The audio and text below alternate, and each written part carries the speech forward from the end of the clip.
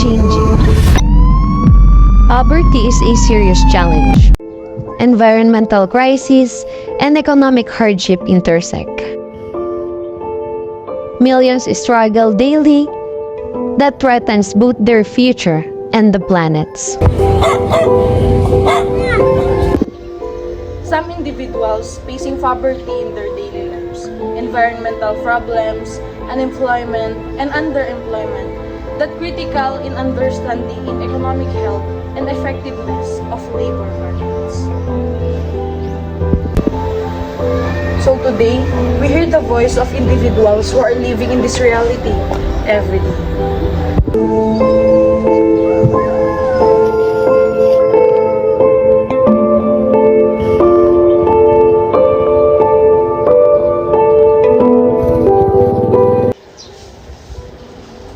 Good day, ma'am. Good afternoon po. Can we come into your house? Tuloy po kayo dito.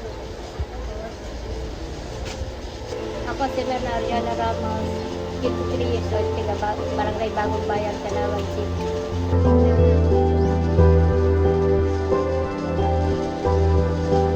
Ito ang aming kusinang maganda. So first, I introduce myself. I'm Clarice Mangkari po, ABSB student from Tanawan Institute. So thank you for speaking with us today po, ma'am.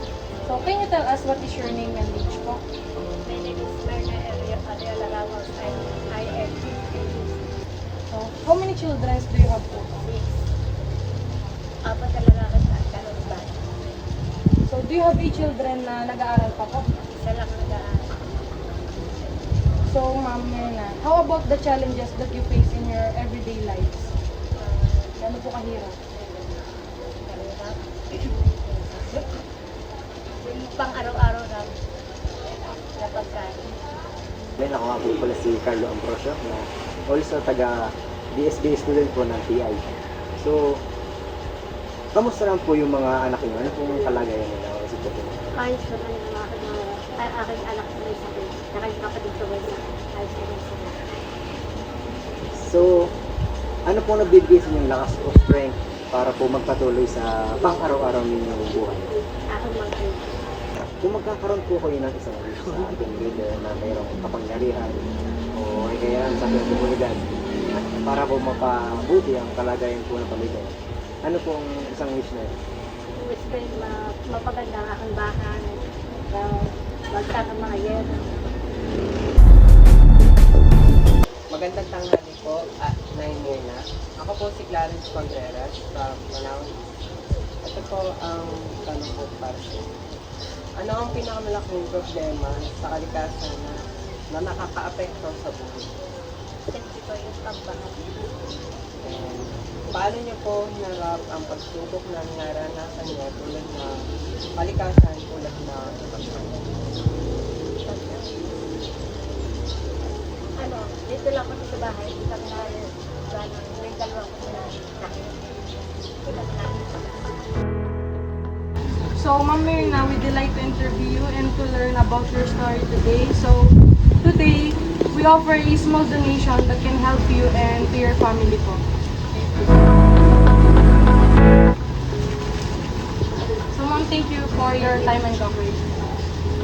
Today, we are here at Barangay Hall in Barangay Bagong Bayan, and we interview one of the councilor, Mr. Isaac Moncayo, to discuss the information how the community works together against poverty and environmental problems.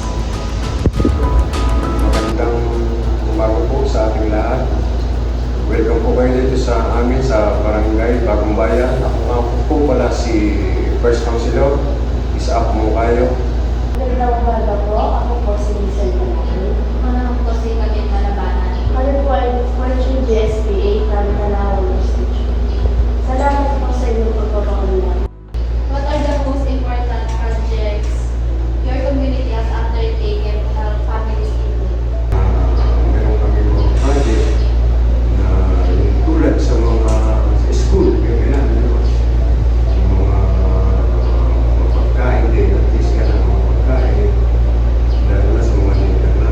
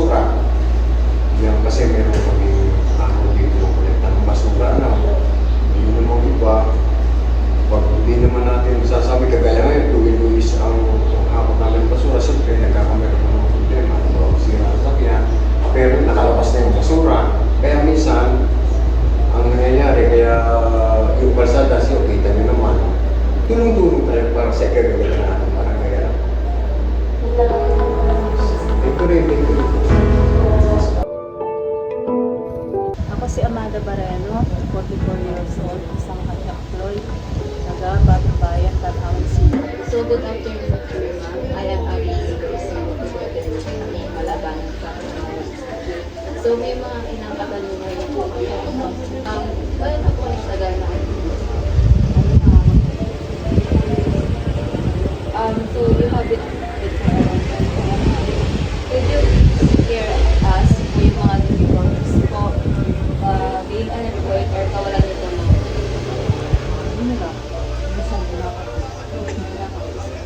So, ang next naman po, what kind of work have you been trying to find po before and what do you think makes it difficult para makahanap po ng magandang trabaho?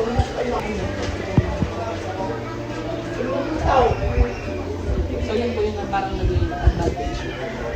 Ang last naman po, what does it look like to have a magandang buhay and what do you think are the things na kumibigay po sa inyo to have that kind of